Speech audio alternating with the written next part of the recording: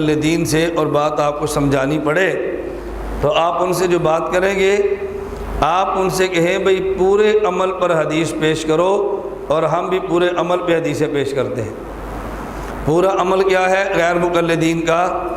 Number 1 تراویح 8 رکعت، number 2 باجماعت، نمبر 3 پورا مہینہ، نمبر 4 ختم قرآن، اور نمبر 5 ہر مسجد میں۔ غیر مقلدین کا تراویح پر پورا عمل کیا ہے؟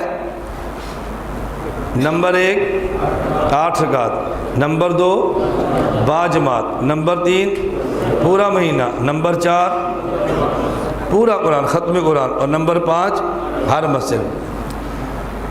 ادھر دیکھو، پھر اس کو یاد کرو، میری طرف دیکھو، آپ میری طرف دیکھو، پھر دیکھو غیر مقلدین کے عمل میں کتنی باتیں ہیں؟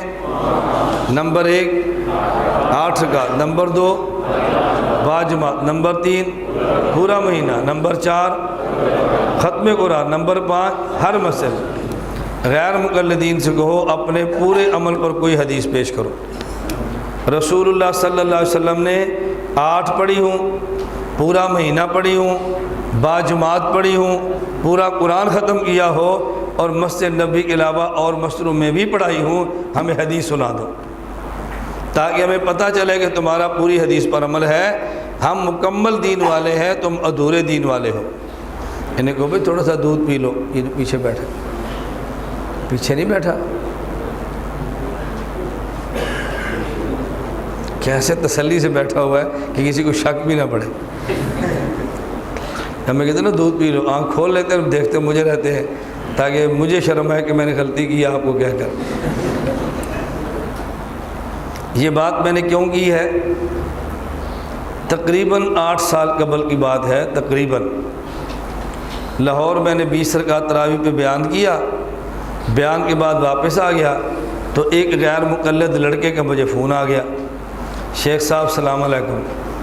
میں سمجھ گیا شکار آ گئے، طرح سمجھ گئے شیخ صاحب السلام علیکم، میں نے سمجھ گیا شکار آ گیا۔ میں کہ پتر وعلیکم السلام، اب جیسے سلام کرے ویسے ہی جواب دینا چاہیے نا۔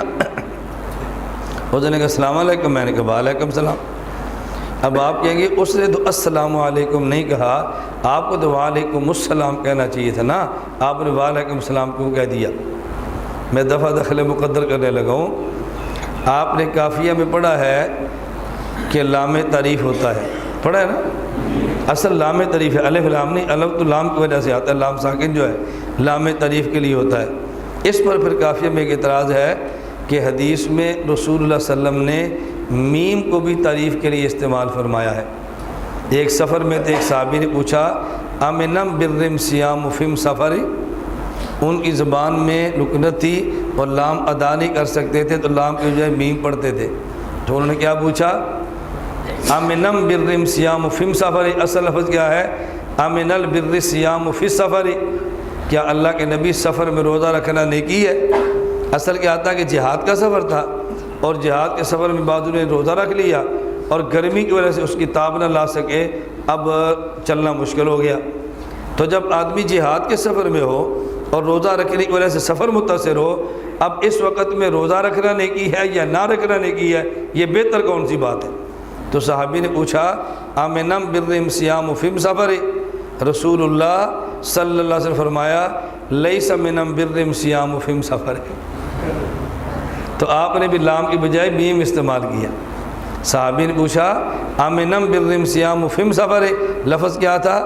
آمن البر سیام فی سفر، اللہ کے نبی نے فرمایا لیس منم برم سیام فم سفر، یہ نہیں فرمایا لیس من البر سیام فی سفر۔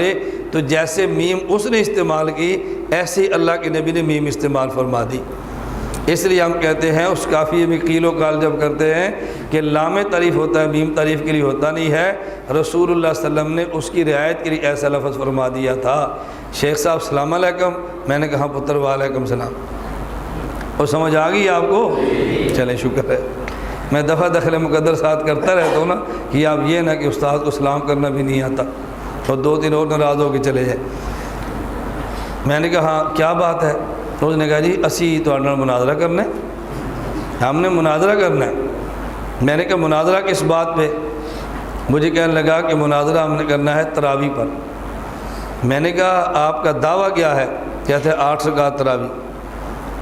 تو میں نے کہا بھی دیکھو ہمارا مقصد کسی آدمی کو ذلیل اور رسوا کرنا نہیں ہے، میں آپ کو پہلے سوالات بتا دیتا ہوں، آپ اپنے مناظر کو بتا دیں تاکہ جب وہ آئے تو سوالات کی تیاری کر کے آئے اور دوران مناظرہ آپ کے مناظر کو شرمندگی نہ ہو۔ کیوں؟ ہمارا اختلاف ذاتیات کا نہیں ہے، ہمارا اختلاف نظریات کا ہے۔ ہمارا مقصد آپ کی ذات کو جھکانا نہیں ہے، ہمارا مقصد غلط نظریے کی تردید کرنا ہے۔ مجھے کہتا جی فرمائیں، تو تھوڑا سا نا جو پہلے بڑا گرم تھا نا ہلکا سا ٹھنڈا ہوا، ہلکا سا ٹھنڈا ہوا۔ بہت گرم ہو کر لوگ آتے ہیں لیکن اللہ کا شکر ہے کہ بڑی جلدی ٹھنڈے بھی ہو جاتے ہیں۔ ہمارے اپنے اور کیا مخالف زور بڑا لگاتے ہیں لیکن کچھ عرصے بعد زور آہستہ آہستہ ٹوٹنا شروع ہو جاتا ہے۔ میں اس لیے آپ سے کہتا ہوں آپ دائی بن کے کام کرو۔ دائی کی صفات اللہ نے جو قرآن میں بیان کی ہیں، افلا ينظرون الى الابل كيف خلقت والى السماء كيف رفعت والى الجبال كيف نصبت والى الارض كيف سطحت فذکر، پہلے صفتیں بیان کی ہیں پھر ذکر فرمایا۔ اگر دائی بننا ہے نا تو افلا ينظرون الى الابل كيف خلقت، اونٹ بڑی مشقت برداشت کرتا ہے اور اف نہیں کہتا، ایک ہفتے کا پانی اپنے معدے میں محفوظ کر لیتا ہے اور مالک کو تنگ نہیں کرتا۔ یہ اپنا مزاج بناؤ پھر دیکھو مزہ کتنا آتا ہے۔ افلا ينظرون الى الابل كيف خلقت والى السماء كيف رفعت، دیکھو آسمان کتنا بلند ہے۔ تو دائی کے مزاج کی جو وسعتیں ہیں وہ آسمان کی طرح ہونی چاہیے۔ چھوٹے دل سے کبھی آدمی دعوت کا کام نہیں کر سکتا۔ آگے وَإِلَى الْجِبَالِ كَيْفَ نُصِبَتْ، پہاڑ دیکھو کیسے مضبوط گاڑے ہیں۔ دائی کو اپنے موقع پہ پہاڑ سے زیادہ مضبوط ہونا چاہیے۔ پہاڑ ہل جائے لیکن دائی اپنے موقف سے نہ ہلے، یہ دائی کا مزاج ہونا چاہیے۔ وَإِلَى الْأَرْضِ كَيْفَ سُطِحَتْ، اور زمین کی طرح اس کو نرم ہونا چاہیے۔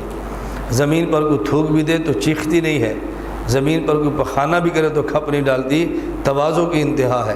جو دبدائی اس طرح ہو نا فذکر، پھر نصیحت کرو، پھر دیکھو اللہ آپ کی نصیحتوں میں برکتیں کتنی ڈالتے ہیں۔ میں نے آپ سے کہا تھا کہ یقین فرماؤ بسا